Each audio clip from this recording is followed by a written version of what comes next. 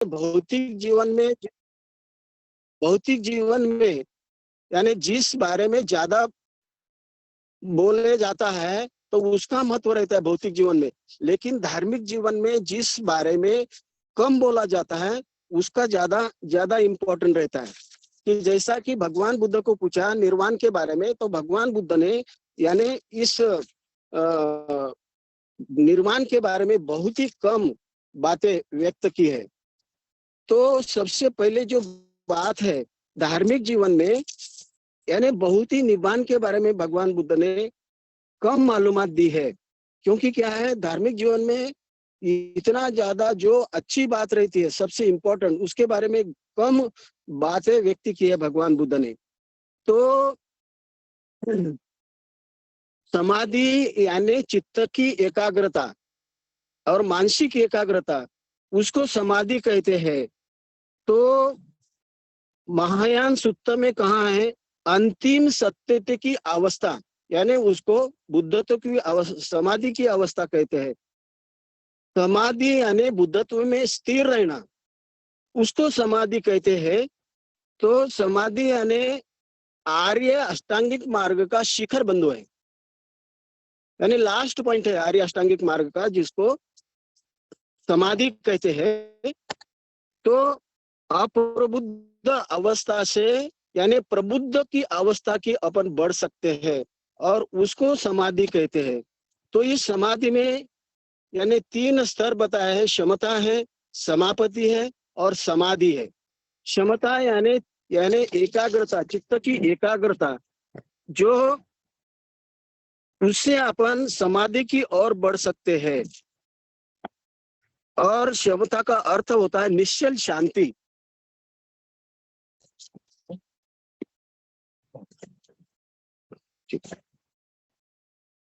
समाधि का अवस्था होता है निश्चल शांति। तो एकाग्रता के अर्थ से समाधि और बुद्धत्व की अवस्था से यह सामान्य और उच्च स्वरूप की अवस्था है समाधि की। शब्द का अर्थ है निश्चल शांति, और क्षमता यानी चित्त की परिपूर्ण एकाग्रता की अवस्था रहती है। और ये अपना ध्यान साधना का जो अपने को अनुभव आते हैं, अनुभूति आते हैं, उससे अपन क्षमता का अनुभव ले सकते हैं। क्षमता का अर्थ होता है निश्चल शांति या केवल शांति। तो केवल मानसिक शांति ही नहीं, लेकिन अपने व्यक्तित्व की भी शांति प्राप्त होती है। शारीरिक और मानसिक शांति से एकरूपता की अवस्था होती है। क्षमता यानी 4 ध्यान की अवस्था, यानी रूप ध्यान की अवस्था, यानी उसको अपन क्षमता ध्यान कह सकते हैं। यानी इसमें 3 स्तर है क्षमता ध्यान में। तो पहला जो स्तर है भौतिक वस्तु की एकाग्रता। जैसे तो भौतिक वस्तु की एकाग्रता यानी जैसा अपन बुद्ध रूप की तरफ अपन देखते हैं, आंख खुली रखकर देखते हैं और इतना अच्छी तरह से एकाग्रता से उसकी तरफ देखते हैं कि बाकी अपने जो मन चक्षु के द्वार पूरे बंद कर सकते हैं और एक ही तरफ उस मूर्ति की तरफ अपन देखते हैं और यानी खुले आंख से देखते हैं और उस मूर्ति से अपन एक रूप हो जाते हैं। यानी इतना उस मूर्ति की तरफ देखते देखते अपन तल्लीन हो जाते हैं, इसको मन की एकाग्रता कहते हैं। यानी पहली जो अवस्था है इसमें। और दूसरी जो अवस्था है इसमें अपनी जो आंख है अपन बंद करते हैं आंख, और आंख बंद करके उस मूर्ति का अवलोकन करते हैं, निरीक्षण करते हैं, मन चक्षु से निरीक्षण करते हैं।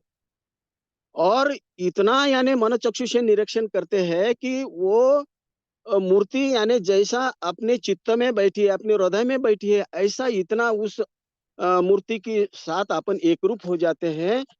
यानी आंख बंद करने के बाद ये दूसरा स्तर है।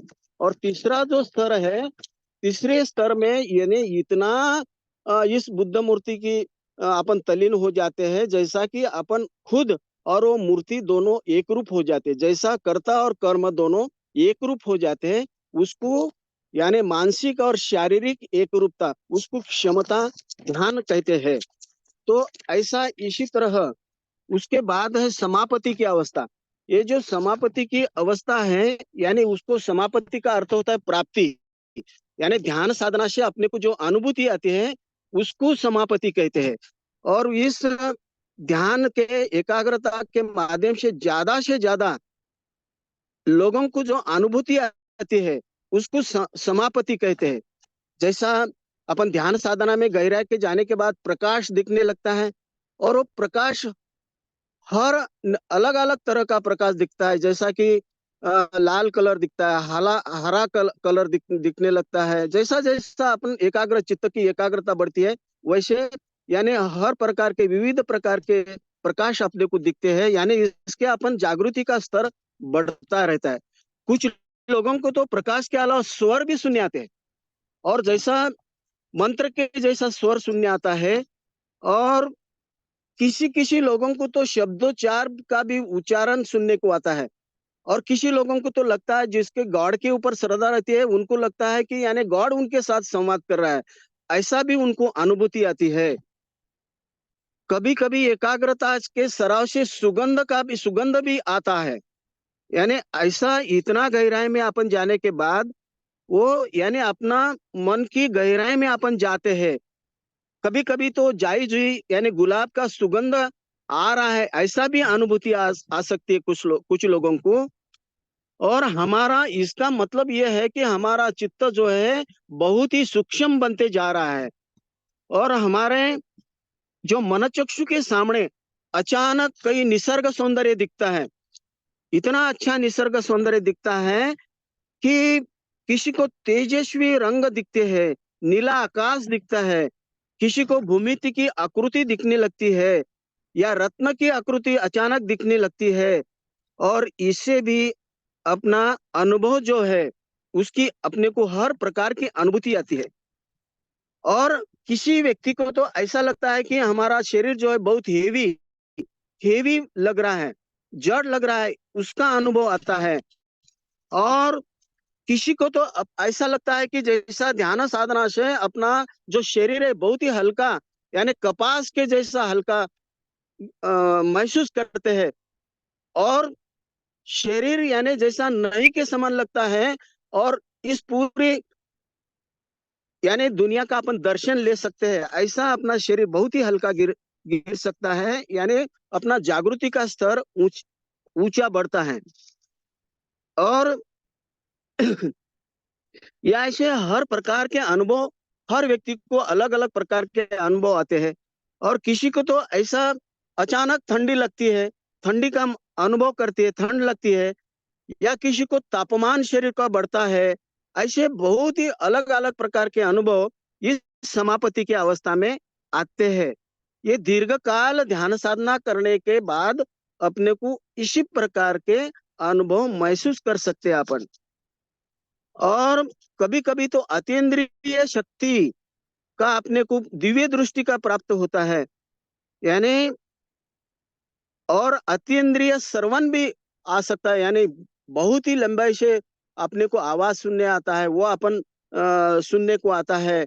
और दूसरे के मन का भी अपन मन में कौन सी विचार चल रहे हैं और लोगों के मन में, वो भी अपन जा सकते हैं। जैसे जैसे ये समापति का अनुभव अपने को आ जाता है और ध्यान साधना के अपन गहराई में जा सकते हैं, तो ये अनुभव अपने को विविध प्रकार के अनुभव अपने को आते हैं। कभी कभी लोगों को तो ऐसा लगता है, जो जो विचार चल रहे हैं और लोगों के मन में, वो विचार भी अपन जान सकते हैं। उसको क्या कहते हैं, यानी दिव्य दृष्टि प्राप्त होती है, क्लियर वायंस कहते हैं, क्लियर वायंस, या तो क्लियर ऑडियंस, यानी अतीन्द्रिय श्रवण का भी अनुभूति आ सकती है। इस समापति की अवस्था में अत्यानंद अपने चित्त में निर्माण होता है, अति सुख की और उत्प्रेरणा की अवस्था निर्माण होती है। और इसके बाद अपन जब सत्यता का अनुभव आता है अपने को, तो उस समाधि की अवस्था में अपन प्रवेश करते हैं। तो समाधि के अवस्था में ये जो तीन आश्रव है अपने, वो तीन आश्रव का अपन निर्मूलन करते हैं, उसको समाधि की अवस्था कहते हैं। ये जो तीन आश्रव है, जैसा पहला कामाश्रव है, तो इंद्रिय तुष्टि का तृष्टिका जो अपने विष विष रहता है अपने चित्त में, इंद्रिय तृष्टिका, तो इंद्रिय तृष्टिका आकर्षण रहता है और उसको कामाश्रव कहते हैं। और इसके वजह से अपन समाधि की अवस्था में नहीं जा सकते, क्योंकि वो विषारी ऐसा प्रवाह है अपने चित्त में। और दूसरा है भवाश्रव। भवाश्रव की अवस्था में अपन सांस्कारिक अस्तित्व का आकर्षण रहता है। यानी जो बुद्धत्व की अवस्था का कम ऐसी अवस्था रहती है, उस संस्कार के अवस्था का आकर्षण रहता है अपने चित्त में, संस्कारिक अवस्था का। इसको भवाश्रव कहते हैं। और इसकी वजह से समाधि की अवस्था में अपन जा नहीं सकते। और तीसरा है अविद्याश्रव।